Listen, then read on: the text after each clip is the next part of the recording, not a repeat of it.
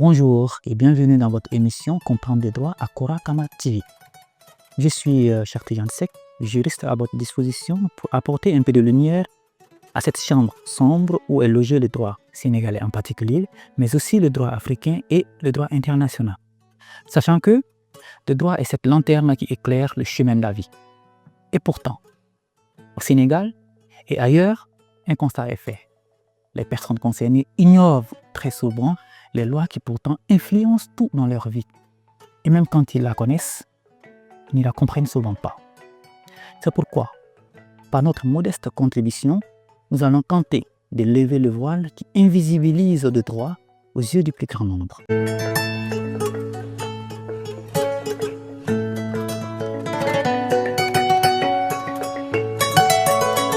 Dans notre objectif de comprendre et de faire comprendre le droit, nous allons commencer par le commencement, la summa divisio. C'est une technique qui a été développée pour essayer de mieux simplifier l'étude et la compréhension du droit.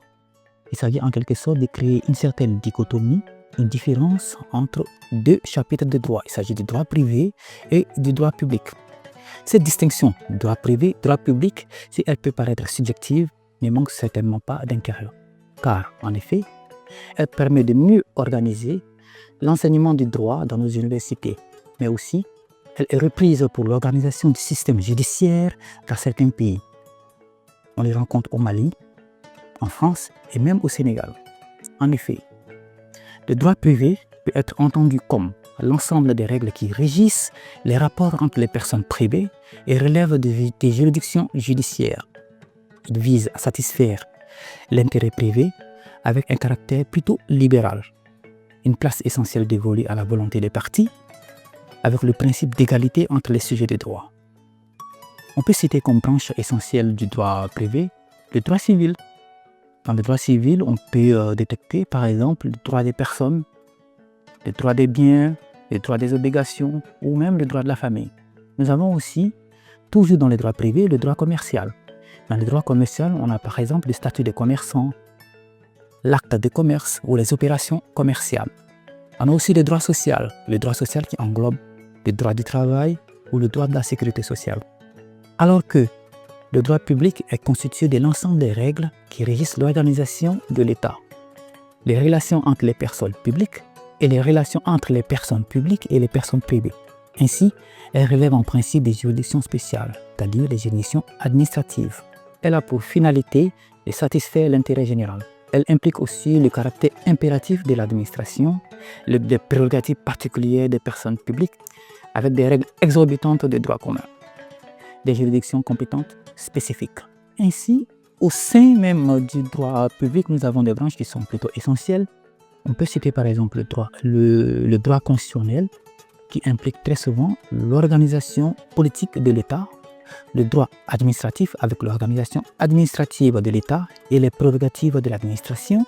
On a aussi le droit des finances publiques avec les ressources et les dépenses de l'État. Ne citez que cela. Cette distinction droit public, droit privé est aussi très intéressante parce que, comme je l'ai dit tantôt, elle permet de faciliter ou d'harmoniser l'organisation judiciaire dans un État. En France, par exemple, nous avons la dualité des juridictions.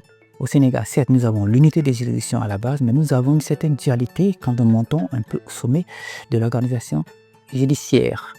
Pour préciser surtout que les distinctions qui peuvent être faites pour une compréhension préliminaire du droit est encore plus large.